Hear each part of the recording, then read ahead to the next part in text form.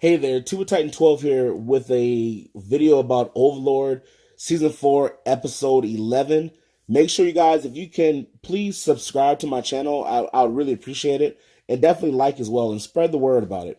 Also, leave comments if there's anything in the video you're interested in or you want me to talk more about. Now, starting out at the top of the video, I feel so bad for the king. He's broken down, and if you notice, he's locked away right now. He's hidden. A lot of people don't really know where he is. Think back to last episode.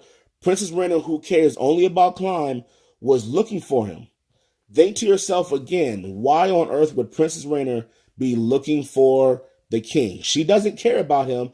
She doesn't, if you thought for any reason that it might be, because she cared, she wasn't for one last time, she looked in Prince Zanek's face and was talking to him, knowing good and well what his fate was, and that she was safe, and that he was going to die, and she helped plan it. So there's no chance that she's looking for him as a kind thing. Think to yourself, why would she be looking for the king? The king in this episode relieved everyone of their duties. He has no power. He's just sitting there pretty much waiting to die. Think to yourself why Princess Raina would want to see him. Anyway, moving on. Earlier in the episode, Albedo was a clear sign that Pandora's actor was actually playing Ainz. If you go back to their conversation and really listen to it, you can tell that there's something off. Whenever Albedo is talking with Ainz, she's super lovey. She's very, all up on him, saying all kind of cute stuff. She was down to business. Go ahead and reread the text as she's talking to him. She's very cold. Hey, I know my job. You do your job. That type of thing. Later on in the episode, when Pandora's actor fights the Platinum Dragon Lord, at one point he literally gets on his hands and knees and kind of, begs toward the Platinum Dragon. And we know, based off of Ainz throughout these years, there's no way he would do that. He goes out of his way to look supreme in everything he does. So for him to drop down to his knees and say, wait, that's clearly not him. So if you didn't figure it out during the conversation with Albedo, you had to have figured out when he was talking to Platinum Dragon Lord and did that's not Ainz. That was Pandora. But I'll get back to that fight in a little bit. I have a lot to say about that. The Platinum Dragon Lord will take L's to Pandora and to Ainz, but I'll talk about that a little bit later. Just going back in the episode, dealing with Shantir and Crocodile. Now, Crocodile is one of the Eight Fingers. During all of the stuff that happened to them, all their torture, he was in jail, so he didn't go through any of it. So when he's talking to them and, saying all kind of weird stuff, not really addressing Ainz in a proper way, they're freaking out, and they look completely different. They're drained. The reason why they all look so drained, they look really malnourished, is because they can't eat solid food anymore. Because of the torture they went through with all of those bugs going in and eating them from the inside out, they can no longer stomach eating normal food. They only drink liquids now, pretty much, because they're so just messed up. They did their best to save Crocodile, but again, he kept on talking.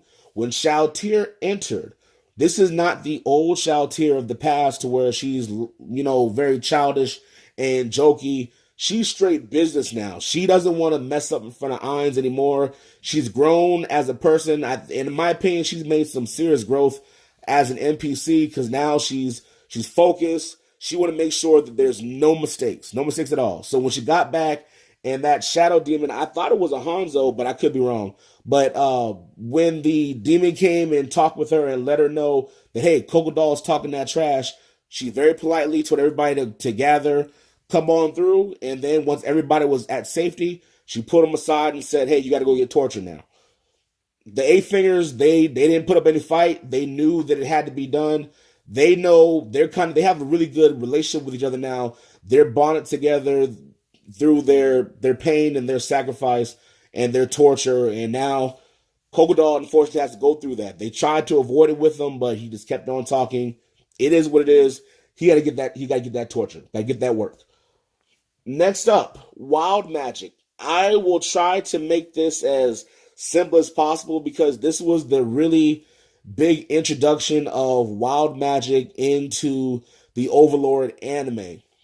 I'll make a video later really describing that as well as resurrection and death when it comes to Overlord, but just a few things. The Platinum Dragon Lord and his descendants, as well as all Dragon Lords, they can use what's called wild magic. This is a magic that is different from tier magic that everyone else in the game, as well as Overlord, uses. You know how they have the 5th tier up to the 6th tier, 7th, 8th. I them use 9th and 10th tier magic. That's for them. But for Dragon Lords, they use wild magic. Wild magic doesn't use MP, it uses your HP. That's why throughout the episode, Pandora's actor kept saying over and over, man, his HP keeps dropping. When he put that barrier up around Ein / Pandora, the barrier actually stopped him from going out. Wild magic can affect everybody. It even affects the Overlord characters that normally wouldn't be affected by anything. Wild magic can still affect them. It can still push them back. Doesn't really hurt him, but it can still affect him and stop him with that barrier. The only way around that is if you're carrying a world-class item. You notice when Albedo came from the top, Albedo was able to break right through it like it was nothing because she was holding on to a world-class item. Pandora's actor was not holding a world-class item. Yes, he had in a lot of the outfit of Ain's, but as far as his equipment, it was second-tier equipment, not nearly the stuff that Ain's would normally use. So he was coming in, he had no world-class items. So that's why he was stuck in the barrier. But if he had a world-class item, which now Ain's, because he was watching, he knows to carry world-class items, that barrier is now a non-factor. That won't affect him ever again because he'll know to carry a world-class item when a fight with the Platinum Dragon Lord.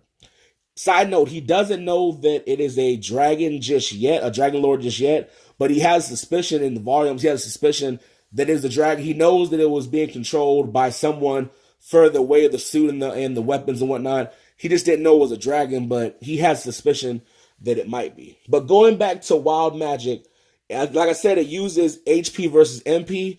It also, you have to use a soul, or multiple souls in order to use wild magic. Yes, I said souls. This is kind of hard to explain, but to kind of summarize it, you know how in resurrection magic, people can get brought back to life? The reason that is because when someone in that world dies, their soul, I know there's different religions and whatnot within Overlord, and I'll talk about it in another video, but just to kind of make it simple, when somebody dies, their soul separates from the body, and it goes into like a world of darkness to where it just kind of floats around. It's in limbo. Sometimes it stays near the body and whatnot, but it's in this own little world of darkness separated from the body. Now, if somebody wants to use resurrection magic, if it's somebody who's really powerful or with a strong in their actual life, they can negate that from happening. They can stop themselves from being resurrected. They may be able to do that, but normally you can be resurrected and your soul can be brought back, which will be able to be brought back when you're dealing with wild tier magic or wild magic. They can use those souls that are in that darkness as a power and as magic. So they use dead souls. Now, Platinum Dragon Lord is very, very strong. So he'll still have to use souls, but not as much as another character you'll meet way down the road that's also a Dragon Lord that's very, very weak. If you're a weak Dragon Lord and you want to use wild tier magic or wild magic, it's it's not a good idea to do at all because you have to use like millions of souls living. They can also be living souls too. You can take people surrounding around you and actually use the souls of people that are alive. They'll die, of course, but you can use those souls to power up your wild magic if you needed to. But again, that's not really highly recommended to kill people around you. Not really a good idea. But they can use the souls of people who are already gone or the souls of the living, but you have to use souls in order to use wild magic. But I'll talk about that more in another video. But to move on, the Platinum Dragon Lord pretty much got completely outsmarted. The moral of this entire episode is information is everything. Azuth, who got bodied by Albedo, and the Platinum Dragon Lord now has this false sense of confidence, thinking, oh man, I can probably go toe-to-toe with Ainz. In reality, he was going up against Pandora, who can only use 80% of Ainz's power, and wasn't even trying to fight seriously. They're both, Albedo and Ainz / Pandora, they were fighting just to get information and to learn things. They weren't trying to hurt them in any way. They just wanted to study them and kind of get a good idea as to what's happening. The real Ainz was back with Shaltir, back in Nazarick, just watching, kind of observing, and pretty much it's like they're football players and they're studying game tape. That's what they were doing.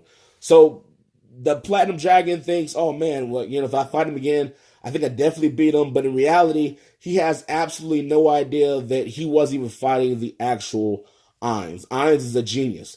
Now, that's pretty much all for this video. But these next couple of episodes, if you're somebody who's weak at heart, it's not going to be good. There's going to be a lot of destruction and a lot of hurt and pain that's going to happen within these last couple of episodes, because now the destruction begins. You saw the twins as well as Kakaitis. They were walking with that really cool walk. They're getting ready to body everybody. It's going to be a massacre, a slaughter. The whole fight against the kingdom where he brought his little baby goats, that's nothing compared to what you're about to see, ladies and gentlemen. So, guys, I hope you really enjoyed this video. If you think I got something wrong or you want me to clarify something, definitely leave that in the comments. Please, please, please subscribe. Spread this video around. Give me some likes if you can. I hope you enjoyed the video. Take care. Deuces.